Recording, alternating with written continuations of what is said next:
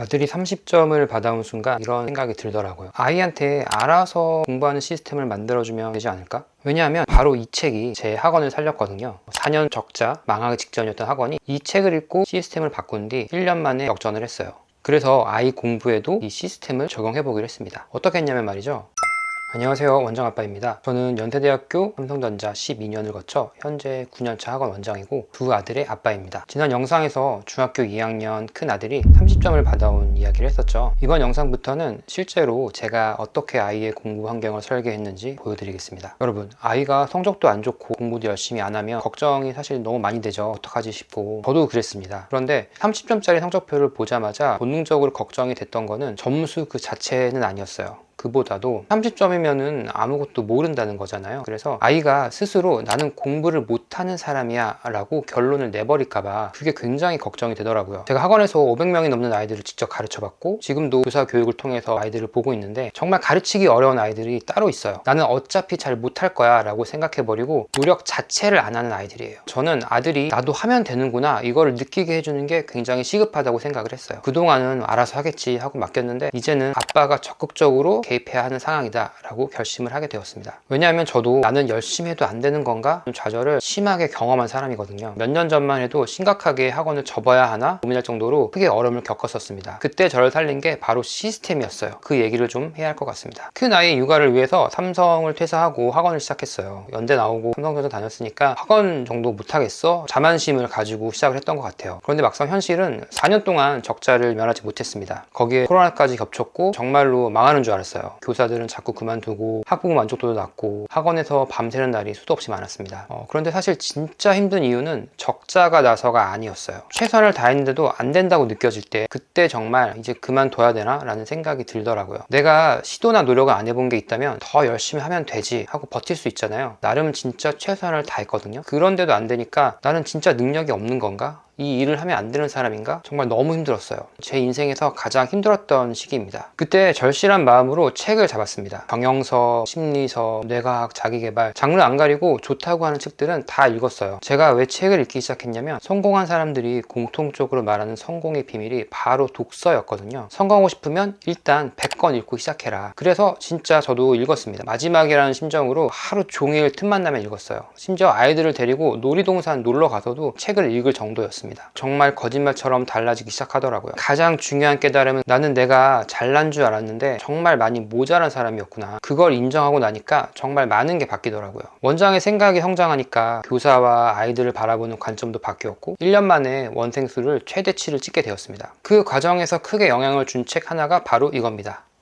더 시스템. 핵심을 한 줄로 말하면 이거예요. 열정은 시간이 지나면 사그라들지만 시스템을 갖추면 지속된다. 열정으로 뭔가를 하려 하지 말고 시스템을 갖추는 데 노력하라. 이걸 학원에 적용해서 성공한 공식을 아들한테도 적용하기로 한 거죠. 한 가지만 더 말씀드릴게요. 아까 더 시스템에서 열정은 사그라들지만 시스템은 지속된다고 했죠. 이게 공부에도 똑같이 작동합니다. 여러분, 이번에는 진짜 열심히 하자 하고 아이랑 결심한 적 있으시죠? 며칠은 해요. 그런데 일주일 지나면 다시 원래대로 돌아갑니다. 경험 많이 있으시죠? 열정은 맥스 3일이에요. 시스템은 3년이 갑니다. 한번 깔아놓으면 의지 없이 돌아가거든요. 하나 더 있습니다. 시스템이 없으면 부모는 감정으로 접근하게 돼요. 왜 공부 안 해? 왜 일을 안 해? 이렇게 화가 나게 됩니다. 아이도 감정으로 받아치고 결국 싸움이 되죠. 시스템이 있으면 달라요. 연습하기로 한 거 5분 했나? 우리 독서록 쓰기로 한 거 썼어? 이렇게 규칙을 확인하는 게 됩니다. 그러면 감정이 아니라 구조를 점검하게 되는 거예요. 잔소리가 아니라 체크가 됩니다. 이 차이가 엄청나요.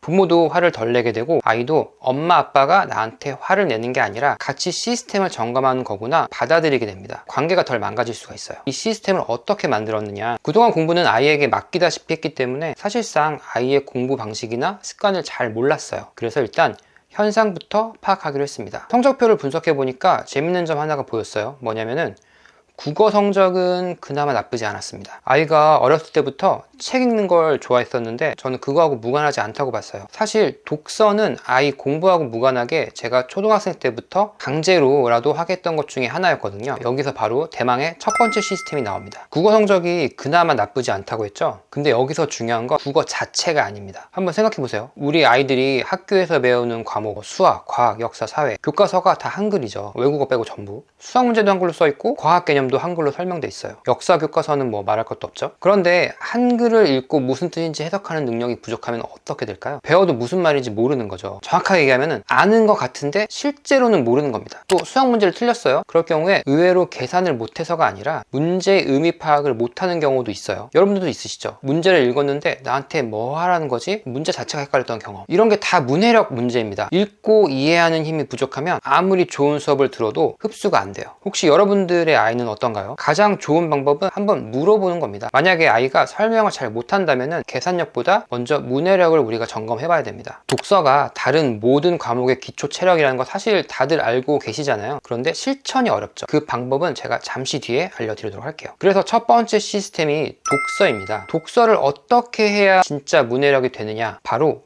독서록이 중요해집니다. 비유를 하나 드릴게요. 독서는 음식을 입에 넣고 삼키는 거예요. 독서록은 그걸 씹고 소화해서 내 피와 살로 만드는 과정이에요. 책을 읽는다고 다 내 것이 되지 않습니다. 소화를 해야 내게 되는 거겠죠. 첫째, 독서록은 이해 착각을 깨는 장치예요. 책을 읽을 때는 다 아는 것 같아요. 왜냐면 내가 그걸 보는 순간에는 이해가 된다고 느끼니까요. 그런데 책을 덮고 내가 읽는 걸 써봐 하면은 갑자기 좀 막히죠. 바로 안 써져요.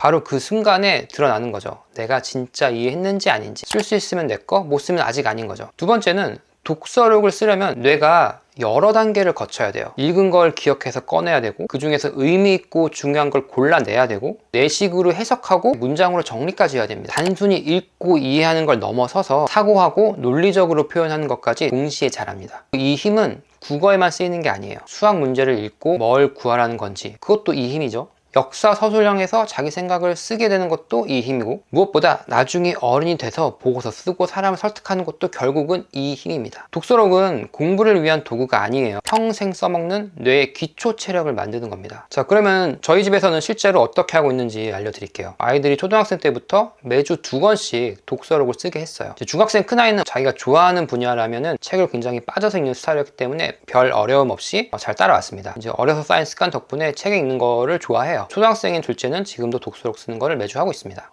저희 집 독서록 규칙에는 책 주제는 완전히 자유예요. 만화책도 상관이 없었습니다. 대신에 독서록은 반드시 써야 되는 거였어요. 다 쓰면 제가 한 권당 1,000원의 보상을 줬습니다. 물론 안 쓰면 혼나기도 했고요. 그래서 그거 하나만큼은 제가 강제를 했어요. 실제로 저희 큰애가 독서록을 썼던 경험이 어떤지 한번 같이 들어볼까요?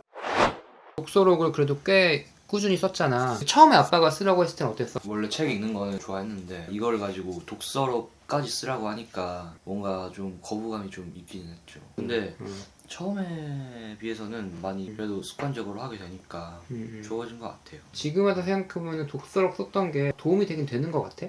네, 국어를 할 때 제가 다른 애들에 비해서 문제를 풀거나 공부를 하는 게 양이 좀 적었단 말이에요. 제가 책을 그래도 일주일에 2권을 읽었잖아요. 그러다 보니까 문해력이 좀 늘어서 뭐 단어 뜻 같은 건 모르더라도 뭐 글을 파악하는 그런 능력이나 그런 게 좀 향상이 돼가지고 그거를 하는데 좀 도움이 많이 됐던 것 같아요. 그냥 쓰고 끝이 아닙니다. 아빠하고 아들이 모여서 책 내용과 느낀 점을 얘기해보는 시간을 가져요. 아까 말한 소화 과정을 한 번 더 하는 거죠. 쓰면서 한 번, 말하면서 또 한 번, 내 걸로 완전히 소화를 해내는 겁니다. 여기서 더 시스템의 원리가 작동이 됩니다. 아이한테 책 읽어라 하고 아무리 말을 해봐야 한 번이에요. 대신에 매주 2권, 독서록, 보상, 대화, 이 루틴을 시스템으로 깔아 놓으니까 몇 년 동안 계속 지속이 되는 겁니다. 지금까지도 지속이 되고 있고요. 이런 식으로 의지로 시키지 말고 항상 시스템을 깔아주도록 노력을 해야 됩니다. 만약 지금 아이가 책을 안 읽는다면 이 3가지만 한번 기억하고 시도해보세요. 첫 번째는 수준을 낮추세요. 아이가 읽어서 재밌는 책이면 됩니다. 부모가 읽히고 싶은 책이 아니라 아이가 손이 가는 책, 만화책도 시작입니다. 부모 욕심으로 수준을 올리려고 억지로 끌고 가게 되면 책을 아예 안 보게 돼요. 두 번째는 독서록을 붙이세요. 한 줄이라도 좋습니다. 아이의 생각을 표현하게 하세요. 마지막으로 루틴을 만들어주세요. 주 1권이든 주 2권이든 요일과 시간을 정하고 부모님과 함께 점검하는 시간을 가져가도록 하세요. 의지로 하면 3일이지만 시스템으로 만들면 3년이 갑니다. 그리고 가장 중요한 거 하나는 부모가 먼저 읽으세요. 아이한테 책 읽으라고 하면서 부모가 핸드폰 보고 있으면 아이가 읽을까요? 저는 아이들 앞에서 책을 읽습니다. 놀이동산에서도 책을 읽었던 사람이잖아요. 결국 부모가 가장 강력한 환경입니다. 자, 정리해보면 공부와 무관하게 제가 옛날부터 세팅해놨던 이 독서 시스템이 결과적으로는 국어 성적을 지켜줬고, 더 중요한 거는 모든 과목의 기초 체력인 문해력을 일단 깔아준 거예요. 그렇기 때문에 독서가 첫 번째 시스템입니다. 두 번째 시스템, 반복입니다. 우리의 뇌는 두 가지를 장기로 기억해요. 감정적 충격이 강한 것, 그리고 반복해서 들어온 것. 제가 초등학교 5학년 때 길 잃은 강아지를 봤어요. 불쌍해서 손을 내밀었는데 불렸습니다. 이게 벌써 몇십 년 전 일인데 지금도 생생하게 기억이 나요. 그때 48동 앞이었고 치와야였고 제 왼손이었습니다. 그냥 기억하는 겁니다. 감정이 강하면 뇌가 알아서 저장을 해요. 또 다른 예가 있는데, 성당을 다니는데 미사를 안 나간 지 지금 20년 넘었거든요. 그런데 지금도 주기도문을 외웁니다. 왜?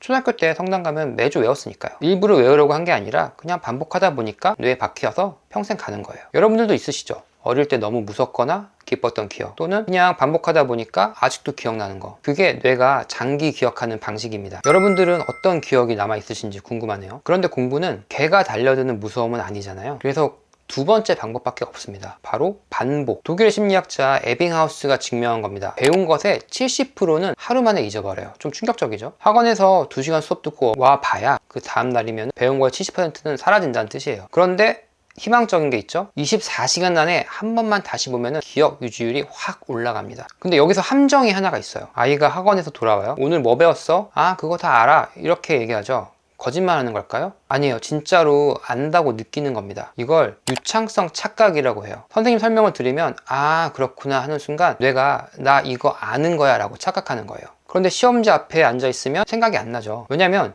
듣고 아는 거하고 완전히 다른 겁니다. 이 착각을 깨는 방법은 제가 다음 편에서 자세하게 설명드리도록 할게요. 자, 반복이 중요한 건 알겠어요? 그러면 뭘 반복하느냐? 여기서 많은 부모님들이 실수하는 지점이 있습니다. 부모님도 그렇고 아이들도 그렇고 학원에서 선행을 많이 하죠. 학교보다 먼저 배워요. 불안하니까. 근데 그러면 아이한테 무슨 일이 벌어지냐면 학교 수업을 얕잡아 보게 돼요. 아, 이거 학원에서 했는데 하면서 수업 시간에 잘 안 들어요. 이게 제 아들한테도 벌어졌던 일입니다. 냉정하게 생각해 볼까요? 아이가 하루 중에 가장 오래 공부하는 시간이 어딘가요? 학교잖아요. 하루에 6시간에서 7시간을 학교에서 보내는데 이 시간을 그냥 흘려보내고 저녁에 학원 가서 2시간 듣는 게 그게 효율적일까요? 하루 중 가장 긴 공부 시간을 통으로 날리는 거예요. 선행이 나쁘다고 얘기하는 건 아니고요. 선행이 필요한 아이도 있는데, 다만 선행을 했다고 학교 수업이 무시가 되면은 큰일 나는 거죠. 제 아이도 그랬어요. 그래서 저는 아이한테 이렇게 말했습니다. 학원이 중심이 아니라 학교가 중심이야. 학교 수업을 제대로 듣는 것만으로도 너의 공부의 절반이 끝나는 거야. 그래서 이 관점을 잡고 나서 예습 복습 시스템을 잡기 시작했습니다. 자, 그러면 반복을 어떻게 시스템으로 만드느냐? 여기서도 핵심은 같아요. 오늘부터 열심히 복습해야지 라는 열정은 사라집니다. 의지로 시키지 마세요. 시스템을 깔아주세요. 학교 수업을 중심에 놓고 앞뒤에 예습과 복습을 붙이는 거예요. 같이 체험해 볼까요? 내일 영어 시간에 배울 교과서를 쭉 훑어봤어요. 보다 보니까 이런 단어가 나와요.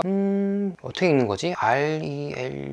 R-E-L-U-C-T-A-N-T? 뭐지? 뜻 모르셔도 됩니다. 그냥 한번 보세요. reluctant라는 단어죠. 지금 머릿속에 뭐가 생겼죠? 이게 뭐지? 이게 예습입니다. 모든 걸 알고 가라는 게 아니에요. 호기심이 생기면 돼요. 한 번만 보면 돼요. 5분이면 됩니다. 그 상태로 수업을 들으면 선생님이 말씀하시죠. reluctant, 꺼리는, 내키지 않는. 그럼 어떻게 돼요? 이 순간 아이 뇌에서 어떤 일이 일어나냐면 그거 아까 궁금했던 거 그게 풀리는 순간인 거죠. 궁금증이 해소되는 순간 도파민이 나옵니다. 쾌감이에요. 답을 찾은 순간입니다. 완전 다르죠. 그럼 아까 에빙하우스의 망각곡서 말씀드렸죠. 집에 와서 5분 오늘 배운 거를 쭉 읽어보는 거예요. 그러면 읽다 보면 reluctant, 꺼리는 한 번 더 입력이 되는 겁니다. 벌써 3번째 보는 거예요. 처음 보는 사람이 아니라 이미 아는 사람이 된 겁니다. 여기서 쐐기를 박으려면 주말에 한 번 더, 시험 보기 전에 한 번 더, 이렇게 계속 반복해서 보게 되면 4번째, 5번째 볼 때는 아이는 이미 이거 아는 건데 하면서 쉽게 넘어가게 돼요. 반면에 예습 복습 한 번도 안 한 친구들은 처음 보는 단어가 다시 되는 거예요. 왜냐면 이미 잊어버렸으니까. 같은 단어인데 5번 반복해서 본 뇌하고 이제 처음 한 번 본 뇌하고는 완전히 다른 거죠. 중요한 건 우리가 예습 복습하는데 시간을 많이 썼나요? 10분이면 충분합니다. 20분이 시험 전날 밤새우는 것보다 훨씬 강력합니다. 그래서 등교 전 5분은 아침 루틴에 끼워 놓고 학교 오고 나서 5분은 가방 풀자마자 바로 복습하기. 이렇게 타이밍을 정해놓는 것 자체가 바로 시스템입니다. 근데 여기서 진짜 중요한 가치가 하나 더 있어요. 여러분도 경험 있으실 거예요. 시험 기간에만 벼락치기로 공부하면 설령 점수가 좀 나온다고 해도 시험 끝나면 대부분 다 잊어버립니다. 경험 있으시죠? 그런데 5번 반복해서 장기 기억에 들어간 거는 시험이 끝나도 남아있어요. 이게 왜 중요하냐면 공부는 쌓이는 거잖아요. 중1 수학이 중2 수학의 기초가 되고 중2가 중3의 기초잖아요. 벼락치기는 매번 처음부터 다시 쌓고 가야 되는데 되는데 반복 시스템은 쌓인 위에 얻는 겁니다. 시간이 갈수록 강력해지는 거예요. 그래서 같은 시간을 들여도 결과가 완전히 달라진 이유가 여기에 있어요. 저희 아이도 이걸 매일 완벽하게 하진 않더라고요. 처음에 설명을 줬을 때는 좀 하더니만 어느 순간 또 안 하고 있었어요. 그래서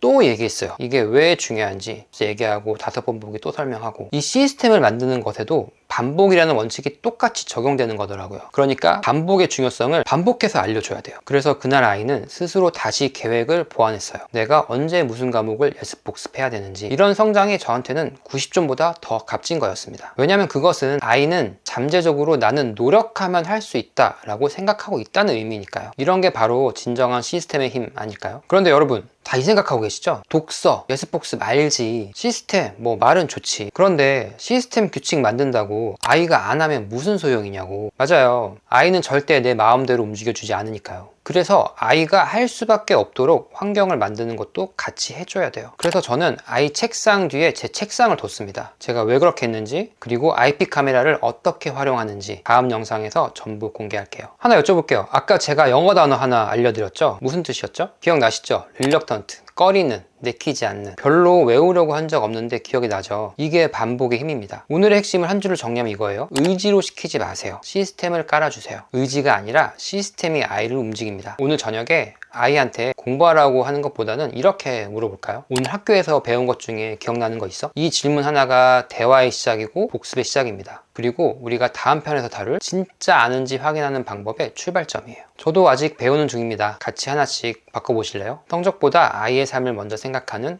원장 아빠였습니다.